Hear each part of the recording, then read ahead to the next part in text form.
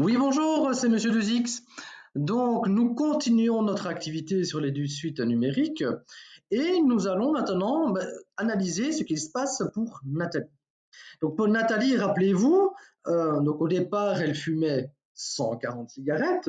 Donc, je vous mettrai un lien vers la toute première vidéo. Elle fumait 140 cigarettes et elle fumait, au fur et à mesure qu'elle avance dans l'année, 10% de cigarettes en moins. La question que l'on se pose ici, c'est combien de cigarettes Nathalie va-t-elle fumer la 35e semaine? Pour rappel, dans la vidéo précédente, nous avons calculé le nombre de semaines nécessaires à Lucie pour qu'elle arrête de fumer. Donc ici, on fait le penchant, mais pour Nathalie. Alors, ce qu'on va faire, c'est qu'on va, effectuer on va utiliser la même méthodologie que pour Lucie. On va essayer tout d'abord de trouver la forme de récurrence. Donc, ce terme a été rencontré dans la vidéo précédente. Donc, je vous conseille d'aller relire la vidéo si vous ne vous rappelez pas de ce que c'était. Et ensuite, on essaiera de trouver la forme explicite de la suite, ce qui nous permettra de répondre alors à la question. Alors, on va aussi de nouveau introduire une notation pour le nombre de cigarettes fumées par Nathalie une certaine semaine. Et alors, on ne va pas se casser la tête, on va utiliser une notation qui est plus ou moins comparable. Alors moi, ici, j'ai décidé d'utiliser la notation C' indice N. Alors, pourquoi C'? De nouveau, c'est juste un nom. Si vous voulez utiliser une autre lettre, peu importe, c'est juste une notation. Donc, pour rappel, qu'est-ce que ça veut dire, cette notation-là? Donc, cette notation-là va nous permettre de donner le nombre de cigarettes fumées une certaine semaine. L'indice de la notation nous indique la semaine analysée. Et lorsqu'on écrit N ou M ou peu importe la lettre, eh bien, ce sera une certaine semaine en particulier. Alors, allons-y. Donc, on sait que Nathalie fume 10% de cigarettes en moins chaque semaine. On va tout d'abord donc rechercher la forme de récurrence. On a remarqué dans la vidéo précédente que sa construction nous permettait par la suite d'obtenir la forme explicite. Allons-y. Donc, au départ, la semaine 0, aujourd'hui, on sait que Nathalie fume 140 cigarettes. Donc, dans nos notations, C' indice 0, c'est 140. Donc, aujourd'hui, Nathalie fume 140 cigarettes. La semaine numéro 1, on sait qu'elle fume 10% de cigarettes en moins comparé à la semaine précédente. Donc, la semaine prochaine, Nathalie fumera 10% en moins de cigarettes que la semaine précédente. C'est un peu comme lorsque vous allez faire les soldes. Donc, si vous voulez acheter un pull à 25 € et qu'il y a 10% en moins, mais combien vous allez enlever à votre prix? Vous devez enlever 10% de 25. Eh bien, ici, c'est la même chose. On va enlever 10%, c'est bien ce que nous dit l'énoncé, l'information, on enlève 10% à l'élément de départ. Et lorsque j'enlève 10% à une certaine quantité, ça veut dire que je vais garder 90% de la totalité. Enlever 10%, mais c'est équivalent à garder 90% du total. Et donc, garder 90%, parce que notre but, c'est de faire des calculs. Alors, vous pourriez calculer 90% à la calculatrice, mais on va faire une petite transformation avant.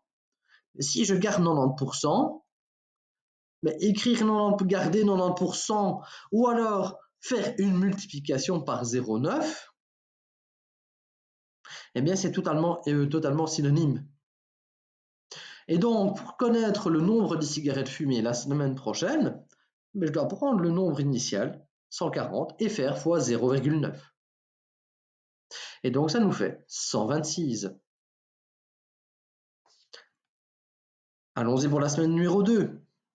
Donc de nouveau, on sait que la semaine numéro 2, donc dans 2 semaines, elle fumera 10% de cigarettes en moins comparé à la semaine d'avant. Donc dans 2 semaines, Nathalie fumera 10% de cigarettes en moins comparé à la semaine précédente. Et de façon totalement équivalente à ce qu'on a fait ici, enlever 10% à la même quantité revient à garder 90% de cette quantité. Et donc, garder 90% d'une certaine quantité, c'est équivalent à multiplier par 0,9. Et donc, lorsque je fais 0,9 fois 126, je tombe sur 123. Et de nouveau, je peux continuer ainsi de suite et ainsi de suite. Et de nouveau, je peux construire un schéma. On va faire plus ou moins le même schéma que dans le cas de Lucie. Au départ, j'ai 140 cigarettes fumées aujourd'hui. La semaine prochaine, elle va en fumer 10% de moins. Mais comme on vient de le remarquer, enlever 10% à cette quantité revient à multiplier par 0,9. Et donc, je vais multiplier 140 par 0,9, qui me donne 126. La deuxième semaine, c'est la même chose. J'enlève 10% de la semaine précédente. Mais de nouveau, enlever 10% revient à multiplier par 0,9. Et ainsi de suite, et ainsi de suite, et ainsi de suite. Et là, de nouveau, je peux construire la forme de récurrence de ma suite. Donc la forme de récurrence, donc de quoi ai-je besoin pour écrire la forme de récurrence? Combien est-ce que j'ai de cigarettes fumées au départ, initialement parlant 140? Comment est-ce que je passe d'un élément connaissant l'élément précédent? Eh bien, je fais fois 0,9. Donc, comment est-ce que je fais pour calculer la valeur à une certaine position, connaissant ce que je sais, la position précédente? Eh bien, c'est exactement ce qui est en bleu ici. Je multiplie par 0,9. Donc, je multiplie par 0,9. Et de nouveau, maintenant, cette méthode fonctionne bien, je pourrais continuer de façon indéfinie, mais moi ce que je veux, c'est une réponse tout de suite. Et donc, on va construire la forme explicite de la suite de nombres. Donc, on va essayer de trouver une formule qui permet de calculer le nombre de cigarettes fumées par Nathalie, connaissant le numéro de semaine. Allons-y. On va garder la même structure que pour le cas de Lucie. On reprend le schéma. Alors, donc, ce qui posait surtout problème, c'est pour la suite. Donc pour calculer C1, je sais que je faisais 140 fois 0,9. Mais si je veux connaître le nombre de cigarettes fumées dans 2 semaines, je dois faire fois 0,9, mais de nouveau fois 0,9. Et donc, pour obtenir 113,4, eh bien, je vais faire fois 0,9 au carré. Mais comment vais-je faire pour obtenir 102,04 connaissant la valeur de départ? Par combien de transitions dois-je passer? 3. Et qu'est-ce que je fais pour passer d'un élément à l'autre? Je fais à chaque fois, comme opération, fois 0,9. Et donc, pour passer du cas initial à la 3e semaine, je vais multiplier par 0,9 au cube. Et ainsi de suite, et ainsi de suite. Donc, mon C'1, c'est mon cas initial fois 0,9. Mon C'2, c'est mon cas initial fois 0,9 au carré fois 0,9 au cube. Et de nouveau, la formule, elle commence à apparaître. Pourquoi? Remarquez qu'à chaque fois, dans la formule ici, dans les membres de droite, j'ai toujours mon cas initial qui est présent.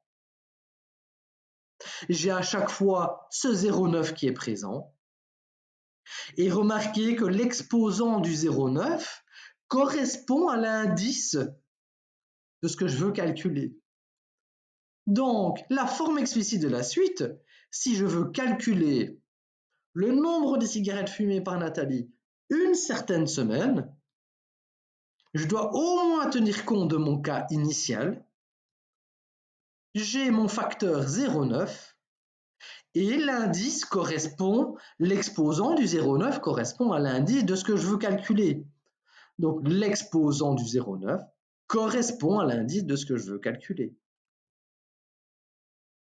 Et donc on va utiliser cette formule-là afin de calculer le nombre de cigarettes fumées par Nathalie.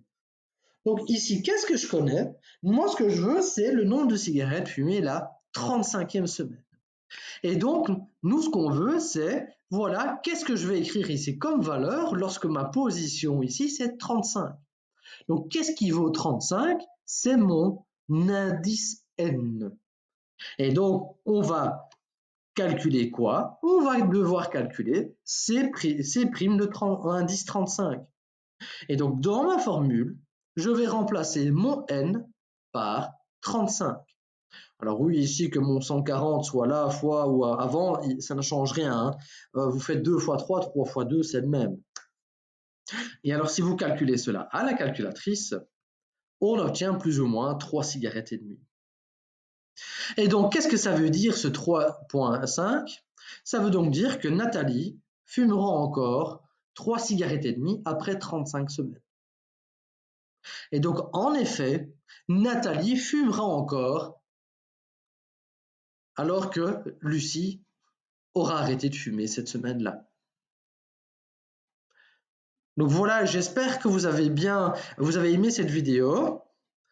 Donc, dans cette vidéo, on n'a pas vraiment appris des choses différentes, on a juste réappliqué la même méthodologie que pour Lucie. Alors, la seule chose de différence, c'est que ce qui permet de passer d'un élément à l'autre, ce n'est pas la même méthode, mais la même façon de faire.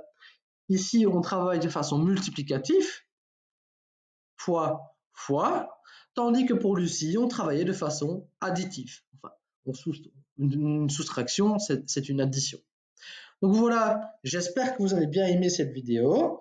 Donc partagez-la si vous estimez que cette vidéo pourrait aider quelqu'un. Likez-la et je vous dis à très bientôt dans la vidéo suivante. On va terminer l'activité en question en répondant à la dernière question. Je vous dis à très bientôt. Au revoir.